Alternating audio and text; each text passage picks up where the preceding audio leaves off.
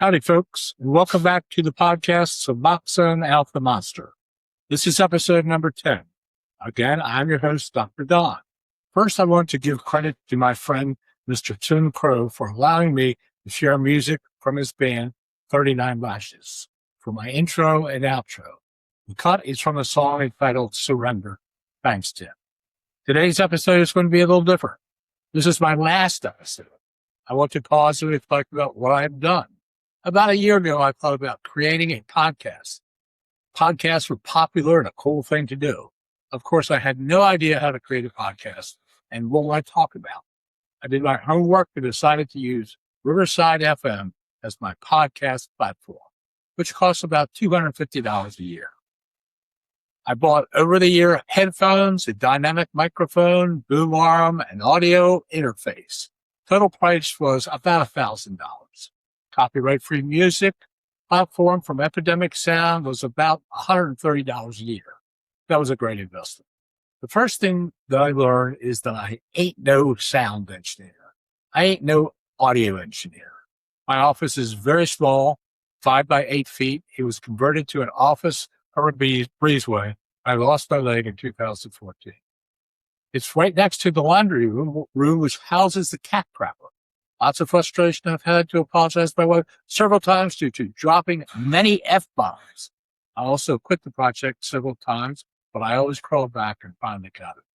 Now, I know it's no Hollywood production.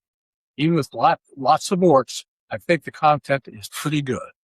Now, the music, images, and my discussion of Suboxone is pretty good, but you can get my discussion of Suboxone on the internet. But the interviews are the real meat of the podcast.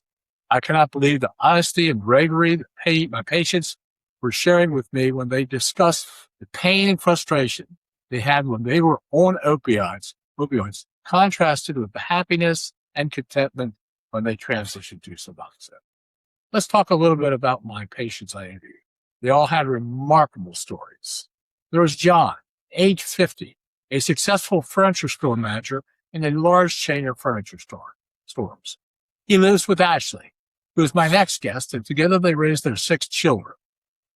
John started on opioids after shoulder surgery. He felt numb and euphoric on the opioids. He said he took anything he could get his hands on. He bartered for his drugs and once traded an Apple iPad and a Pontiac Aztec truck for 200 Percocet 10s. He ravaged his father's medicine chest looking for drugs after his father's surgery. Without the drugs, he got dope sick. He begged and cried for his doctor to give him drugs. He and his partner Ashley both lost their jobs. He eventually found a Suboxone clinic, and the transition was easy. Next, there's Ashley, 38 years old, John's partner. She started opioids at age 18. She used to race motocross bikes and had lots of back and knee pain due to injury. She said she was addicted after the very first opioid she took. She would break into cars and steal valuables she could sell. One night, she got 18 felonies and spent 38 days in county jail. She had kids, and this was no way to live. Then there's Tristan, age 41 years old, who owns his own construction business, mostly building docks on the surrounding lakes. At a party, he was given a hydrocodone by a buddy, and he was addicted immediately. He fought with his wife constantly, and she filed a restraining order. He was ordered to stay away from his family for 3 months. This nearly killed him. Suboxone takes away the anxiety, and there is no high. He now lives peacefully at home with his family. He is a coach of his 2 little boys' baseball team. Life is good. Another guest who wants to remain totally anonymous is a 44-year-old guy who is president of a multi-million-dollar corporation.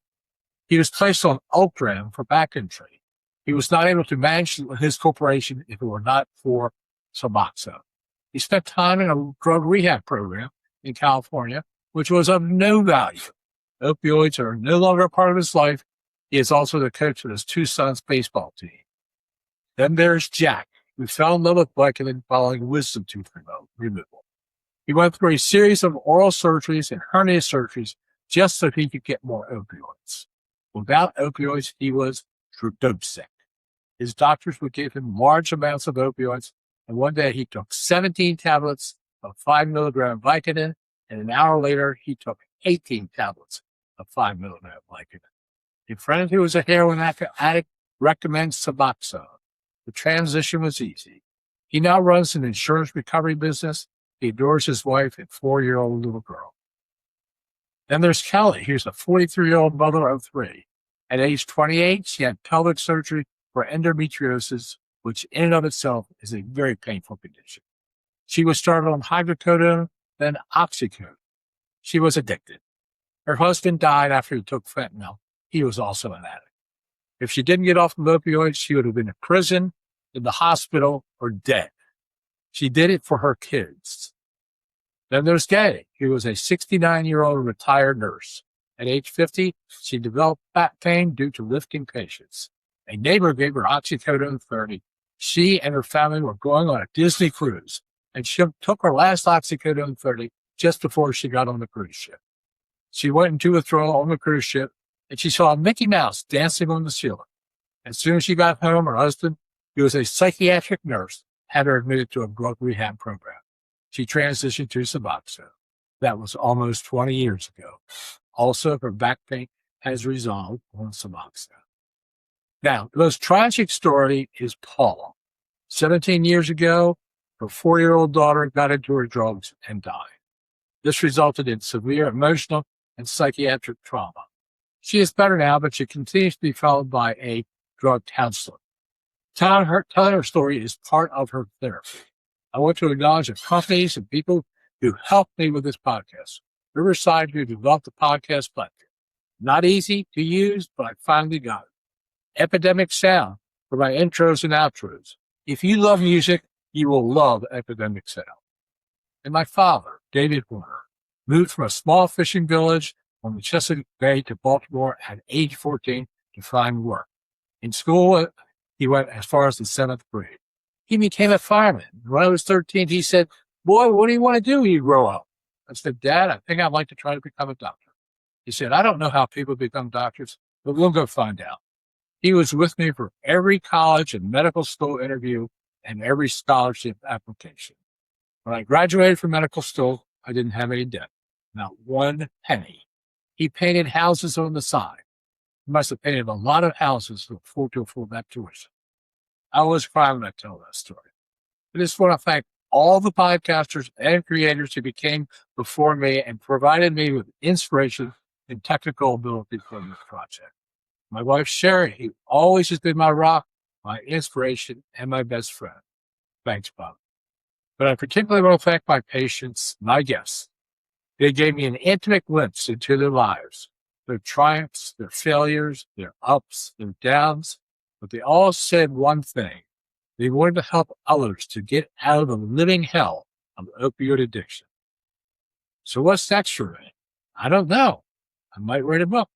And if I write a book, I might name it Suboxone Alchemist. Thank you, folks, for participating in my podcast, and I hope to see you again soon. Bye now.